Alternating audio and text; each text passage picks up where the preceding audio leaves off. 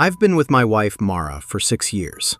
We've been married for 11 months, and in all that time, she has never once tried to scare me. Mara doesn't like horror. She doesn't like pranks.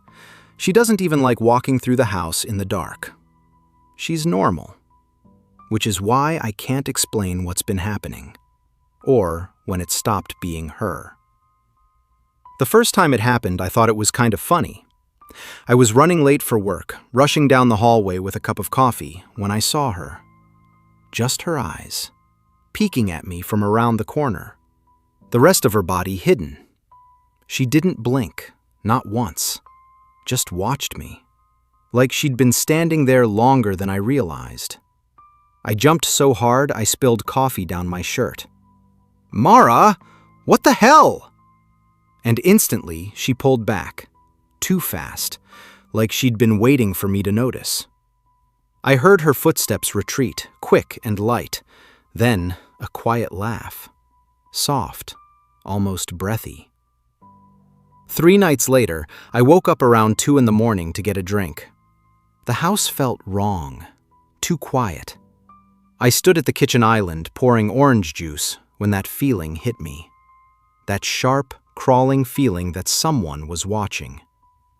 I looked down, and there she was, on the floor, her face just barely visible above the edge of the counter, eyes wide, unlinking, her mouth stretched into a smile, too wide, like it hurt. "Ah!"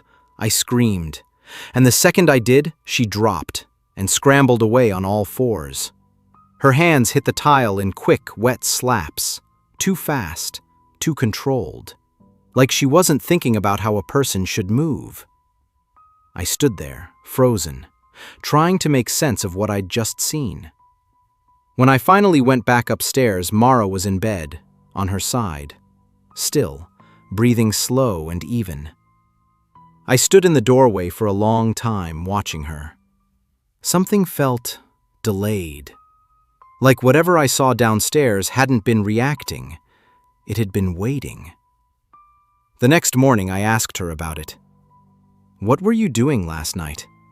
She frowned. "Sleeping?" "In the kitchen," I said. She just stared at me, then laughed, like I'd said something ridiculous. "You're creeping yourself out," she said. After that, it started happening more. I'd see her peeking from behind the couch, from the hallway, from the edge of a doorway. Always just her face, always smiling. And every time I noticed, she disappeared immediately.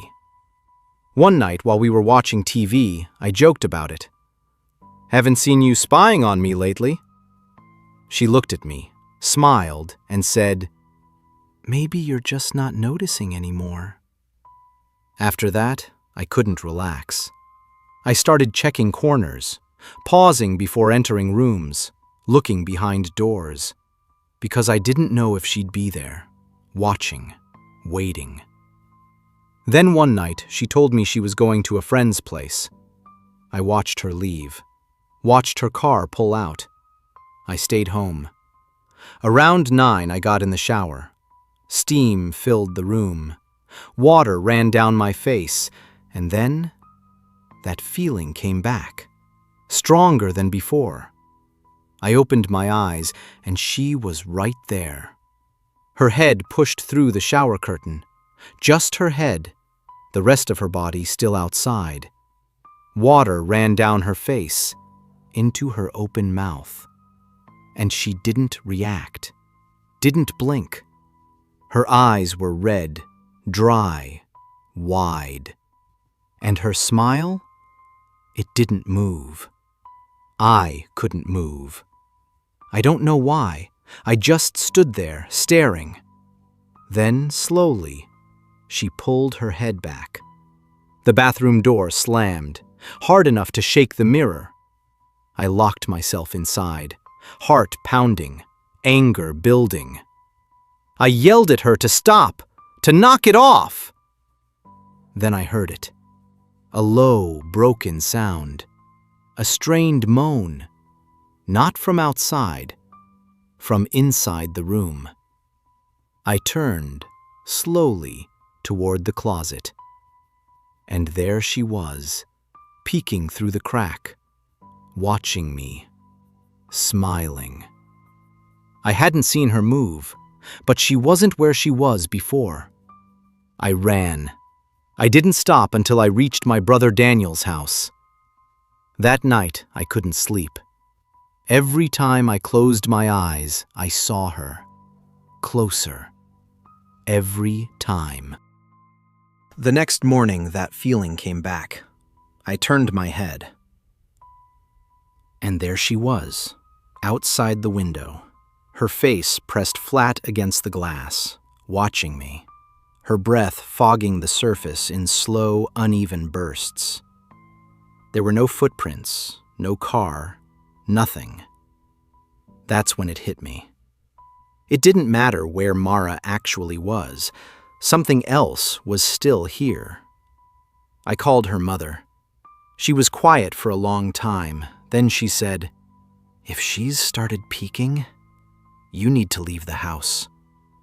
The way she said it, like she'd been expecting this. I asked her what that meant. She wouldn't answer. So Daniel and I went back to the house. The front door was open. The air inside smelled wrong, sweet, rotten. We checked every room. Nothing. Until the bedroom. I opened the closet. Photos, dozens of them. All of me, sleeping, sitting, walking, taken from inside the house. From angles that didn't make sense. From places I knew she couldn't have been. Some of them were taken when I was alone. Then I felt it. That feeling. I turned. She was under the bed, watching us, smiling. I forced myself not to blink. My eyes burned, watering. The second I did, she was closer. Then closer. Then standing in the doorway. Then running at us. Daniel swore behind me, loud, panicked, and I heard his footsteps hit the hallway before mine did. I barely made it out. She hit me before I reached the door. Something sharp, glass, I think, tore into my back. Her breath hot against my ear. That same broken sound, right next to me. I got away, somehow. I'm in a motel now, an hour away. I thought I was safe. But 20 minutes ago, I got a message from an unknown number. You looked away. There was a photo attached. At first, I didn't understand what I was looking at.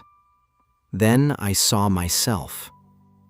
It's this room, this exact room.